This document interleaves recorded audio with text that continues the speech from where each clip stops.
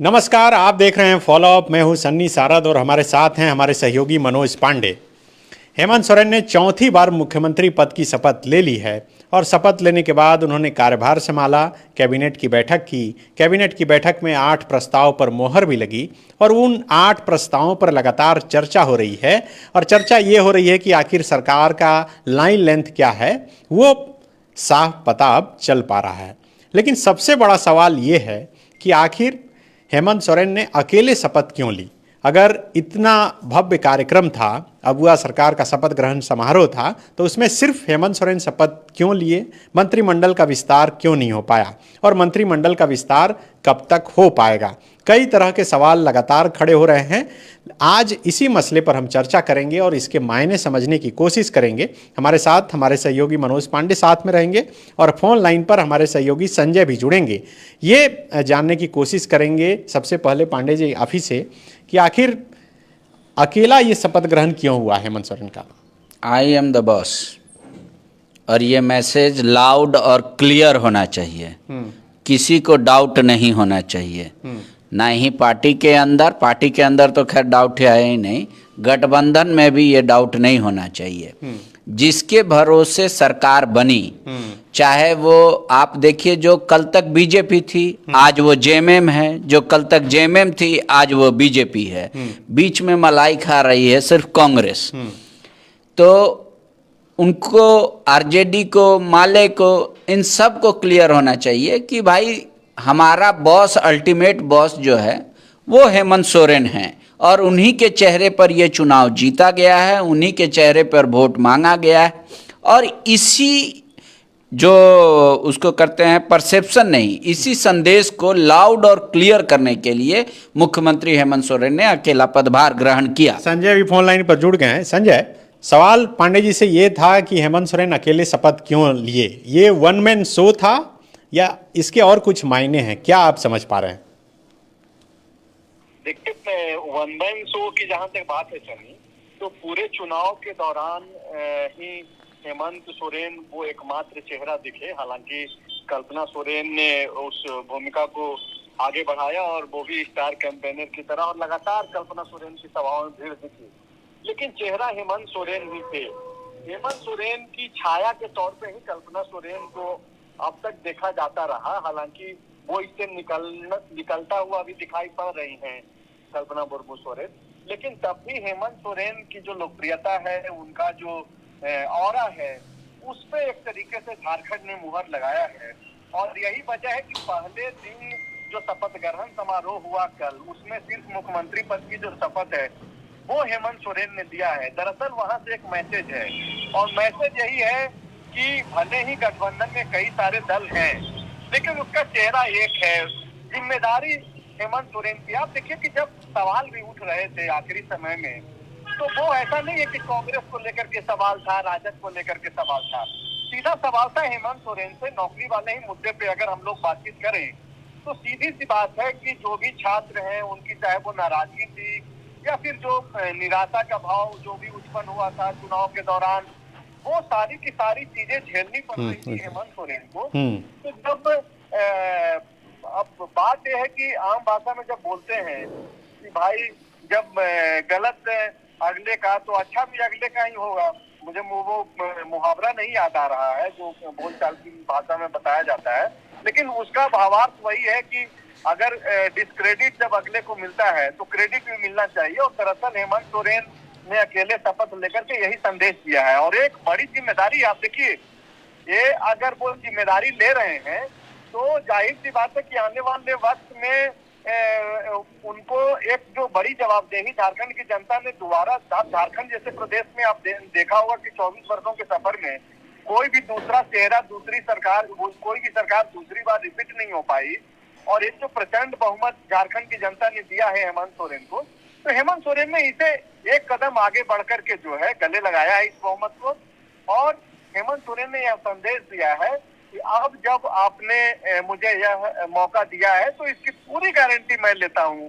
और अब कांग्रेस का चाहे वो न्याय पत्र हो, झारखंड मुक्ति मोर्चा का चाहे वो अधिकार पत्र हो, या फिर और जो माले और राजद जो इनके जो सहयोगी दल हैं उनकी जो घोषणाएं हैं, ये सारी जिम्मेदारियां अब हेमंत सोरेन की हो गई है, खास करके तब जबकि उन्होंने अकेले शपथ लिया है और एक तरीके से उन्होंने चैलेंज स्वीकारा है, तो ये स्वागत योग्य भी है।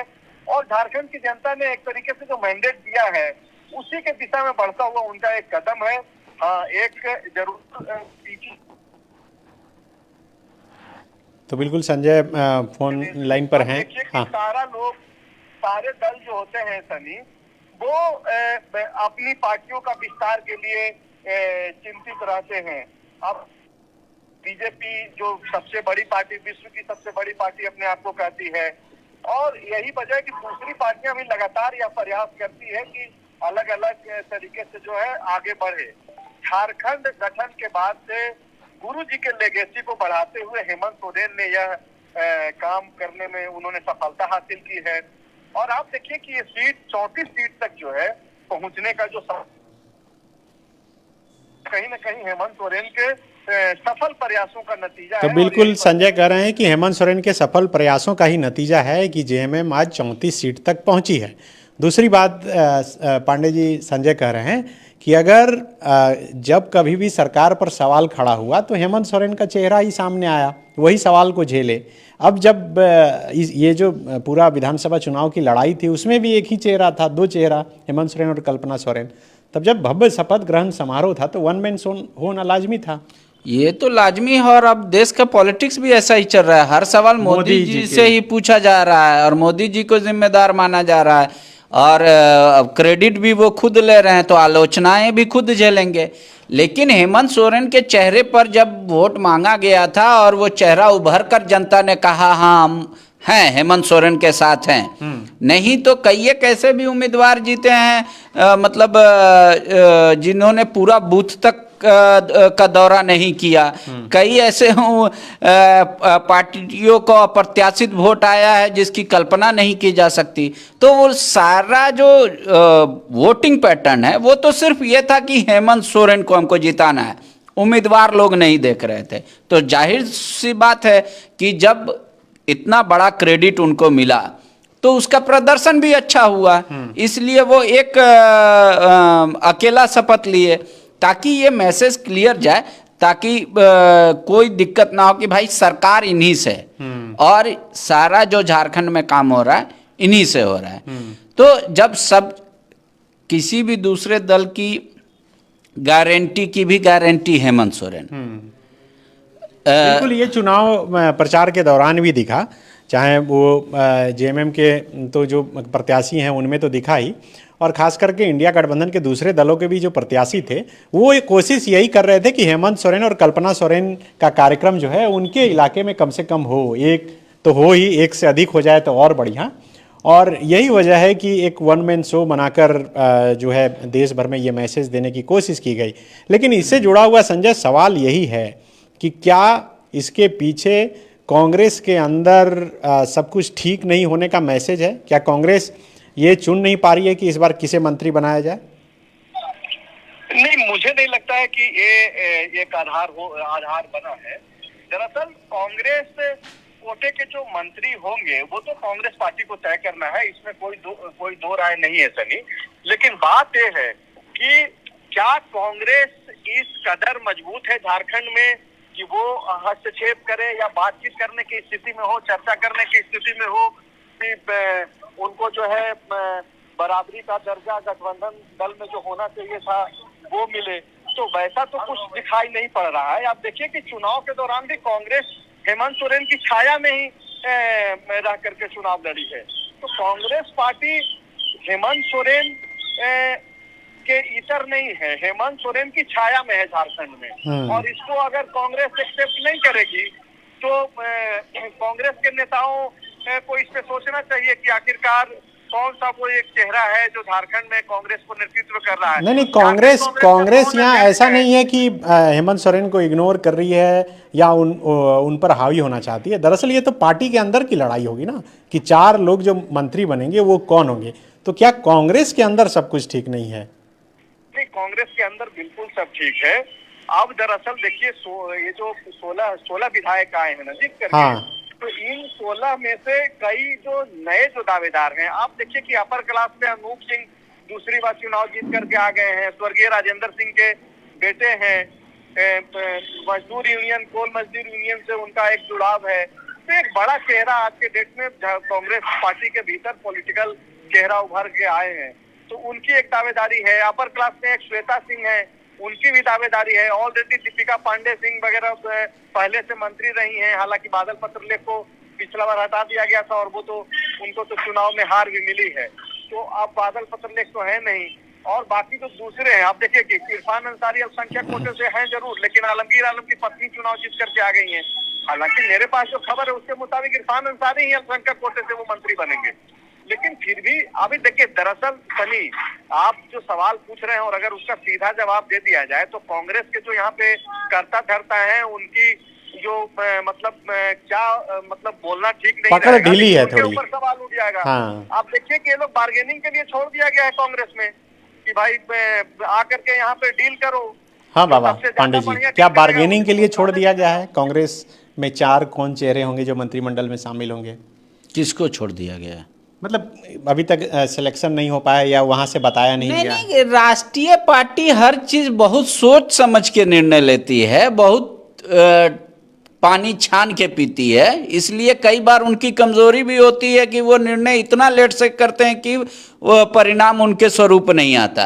राष्ट्रीय पार्टी में हर चीज देखा जाता है, कौन है, पार्टी को कौन बढ़ाएगा, कार्यकर्ता को कौन खुश रखेगा, उम्मीदवार कौन है। अगर आप वैसे बात करें तो अभी झारखंड कांग्रेस में सबसे सीनियर लीडर इरफान अंसारी और विक्सल कोंगाड़ी हैं। 3 बार लगातार विधायक बने हैं, यही एक उपचुनाव जीते। हाँ, तो ये दोनों ही सिर्फ सीनियर हैं। लेकिन क्या पार्टी इनके साथ जाएगी ये कहना मुश्किल है। इरफान अंसारी चूंकि मुस्लिम हैं, इस वजह से उनका दावेदारी बनती है, क्योंकि आलमगीर आलम की पत्नी पहली बार जीती हैं और उनको राजनीतिक अनुभव कम है, इस वजह से। लेकिन एक तबका ये भी है कि कह रहा है कि इरफान अंसारी के बड़बोलेपन से भी बहुत कुछ बिगड़ जाता है। तो वो भी देखना होगा। दोनों संथाल से आते हैं, दोनों में एक को चूज करना है।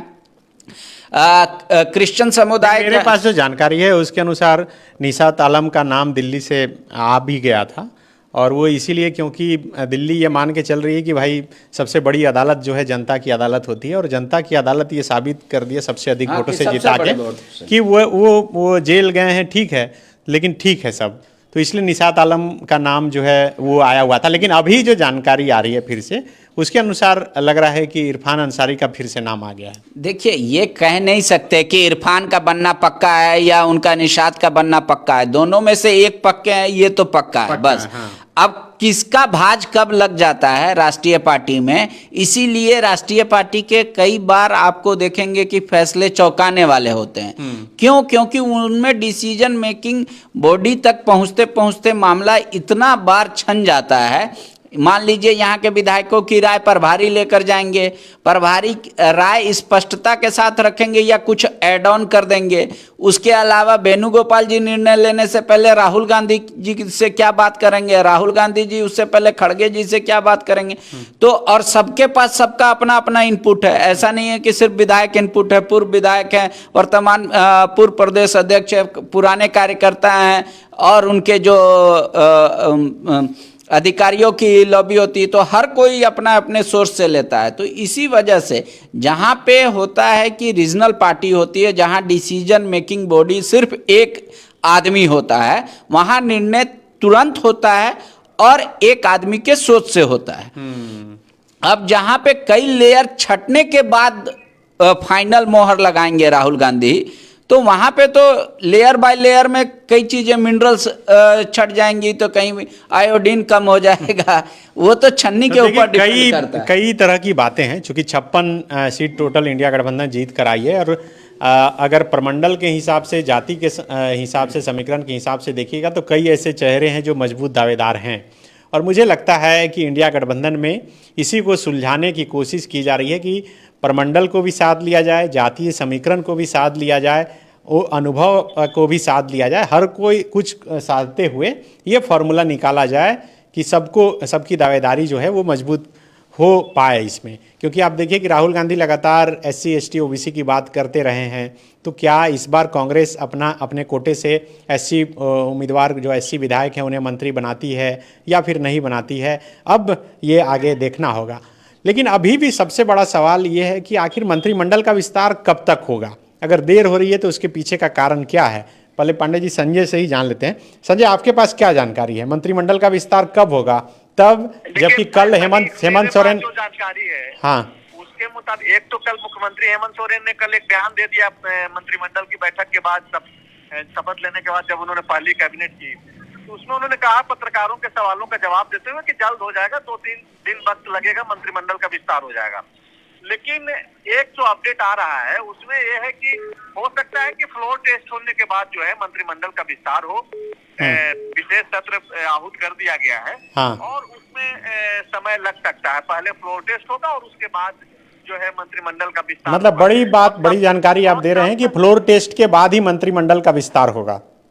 बिल्कुल बिल्कुल, लेकिन उसके पहले जो दिल्ली में दुकान खुली है कांग्रेस का, जहाँ पे मंत्री बनाने का जो फॉर्मूला तैयार हो रहा है, आप देखिए कि झारखंड कांग्रेस का कोई हैसियत नहीं है कि वो तय कर दें कि कौन मंत्री बनेगा नहीं बनेगा। नहीं, ये तो राष्ट्रीय पार्टियां में होती ही है, बीजेपी के साथ भी यही होता है। सामान्य चीज नहीं होता है, लेकिन स्पष्टता रहता है ना। यहाँ पे आपने दुकान खोल दिया है और उसके पीछे की वजह है कि आप देखिए, नहीं, दुकान खोल लेना शायद मुझे लगता है कि सही शब्द का प्रयोग नहीं होगा। क्या बोलते हैं? मोहब्बत की दुकान तो वो लोग लगा रहे हैं। अच्छा, मोहब्बत की दुकान। सनी जी, आप देखिए कि बिल्कुल सही शब्द का इस्तेमाल है, और इस सही शब्द का इस्तेमाल इसलिए है कि आप देखिए कि वहाँ पे एक विधायक जो है कि कहाँ चिरौरी करना पड़ रहा है, खास करके उसको भी जो ऑलरेडी पहले से मंत्री रह चुके हैं। एक कोई आदमी पहले जाता है ये जो मीर साहब हैं जो प्रभारी हैं उनके पास, गुलाम मोहम्मद मीर के पास, फिर वहां से दौड़ करके जाता है केशु वेणुगोपाल के पास, फिर वहां से मल्लिकार्जुन खड़गे के पास, और सब लोगों का अपना अपना समीकरण है। नहीं, ये तो अपना पार्टी का डिसिप्लिन और अनुशासन है कि भाई जीत के गए सबसे मिल रहे हैं। वो तो कहेंगे कि पार्टी ने किसी को बुलाया नहीं। हाँ। ये लोग अपने मन से आए हैं, सबको बताने कि हम जीत कर आए हैं। कहेगी पार्टी डिसीजन जो लेना वो तो वहीं लेगी। कर लें, लेकिन जो दर्शक हैं वो उनको मालूम है कि व्यवस्था क्या है, और जो ज्यादा पहुंचाएगा उसको मंत्री पद मिलेगा। और मैं इस बात को बहुत पुख्ते तौर पे बोल रहा हूं और बहुत दमखम के साथ बोल रहा हूं, और इस चीज को आप ऐसा नहीं है कि आपको कुछ चीज का कोई सबूत मिलने जा रहा है, लेकिन जो पॉलिटिक्स के भीतर और खास करके कांग्रेस और झारखंड कांग्रेस में जो हो रहा है, उस चीज को बोलने में, दोहराने में हमको और आपको जो है बहुत ज्यादा पर्देदारी नहीं करनी चाहिए। आप देखिए कि यहाँ से दिल्ली तक जो है चीजें अभी वही हो रही है। पिछले समय आपको याद होगा कि स्टेट हाउस, गेस्ट हाउस में क्या कुछ हुआ देर रात तक, कैसे जो है मंत्रिमंडल रोका गया, फिर उन्हीं लोगों को दिलाया गया। क्या वजह है? जब ऑलरेडी आपका पहले से मंत्री था, क्यों नहीं आपने शपथ दिलाया? जब जेल से लौट करके हेमंत सोरेन आए थे तो उस वक्त बहुत सारी चीजें हैं सनी, पब्लिक समझती है सब कुछ, ऐसा नहीं है। तो थोड़ा इंतजार कीजिए, ज्यादातर रिपीट ही होंगे, इरफान अंसारी रहेंगे, कुछ नए चेहरे आ सकते हैं क्योंकि बन्ना गुप्ता हार चुके हैं। आपके एक और जो है आलमगीर आलम ऑलरेडी नहीं है, बादल पत्रलेख है नहीं, दीपिका पांडे हैं और इरफान अंसारी हैं। रामेश्वर उरांव को लेकर के एक सवाल पूछ रहा है कि क्या उनको जो है रिपीट किया जाए नहीं किया जाए, वो उम्र के हवाले से, और उनका विकल्प क्या हो सकता है उस पर एक बातचीत जरूर हो रही है।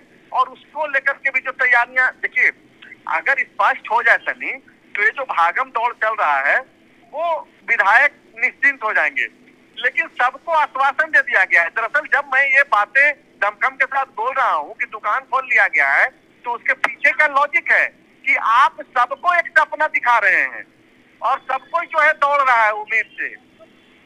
आज के डेट में कांग्रेस का एक एग्जाम्पल दे रहे हैं कि अगर दो विधायक क्लोज फ्रेंड है तो वो दोनों एक दूसरे को बता नहीं रहा है कि हम कहाँ हैं।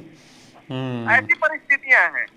तो आप इस चीज को समझिए, एक साथ बैठ रहा है और अचानक से एक विधायक कहीं और चल जा रहा है और उससे बातचीत करने पे पता चल रहा है कि वो कहाँ है, एक दूसरे को बता नहीं रहा है। तो इस टाइप की चीजें, मतलब एक लड़ाई लड़ी गई चुनाव जीतने के लिए, अब दूसरी लड़ाई लड़ी जा रही है मंत्री बनने के लिए, और ये लड़ाई मुझे लगता है कि हर एक चुनाव कांग्रेस के जो नहीं है, जो प्रभारी हैं, जो दूसरे ये हैं, वो लोग अपना अपने तरीके से उसको ये कर रहे हैं। पांडे जी क्या लग रहा है? संजय तो एकदम क्लियर बोल रहे हैं कि दुकान खुल गया है। अब ऐसा कहना उचित नहीं उचित होगा, नहीं लेकिन ये सामान्य प्रक्रिया है। राजनीति इतनी साफ सुथरी है कि सब पे बात करना ही औचित्य के, वो लोग जानते हैं। क्योंकि आज के डेट में बहुत सारी चीजें और समीकरण को साधना पड़ता है, प्रमंडल वाइज, एरिया वाइज, जाति वाइज, नहीं, वो अनुभव तो के अलग आधार विषय पर है, लेकिन उसके बाद नाम निकल के सामने आता है। ये- उसमें भी कई दावेदार इस बार हो गए हैं। दावेदार पहले भी 16 थे विधायक, 17 थे। हाँ, आज भी वही है स्थिति। कांग्रेस में थोड़ी बदला है कुछ। मैंने कहा ना कि बीजेपी जेएमएम हुई, जेएमएम बीजेपी हो गई, कांग्रेस बीच का मलाई खा रहा है आराम से, उसको कोई बहुत ज़्यादा फर्क नहीं पड़ रहा है। हेमंत जी तैर रहे हैं तेजी से, तो उनके पीछे ऑक्सी लगा के रखा हुआ है कि वो पार करेंगे, हम पार हो जाएंगे। तो वही सिस्टम है।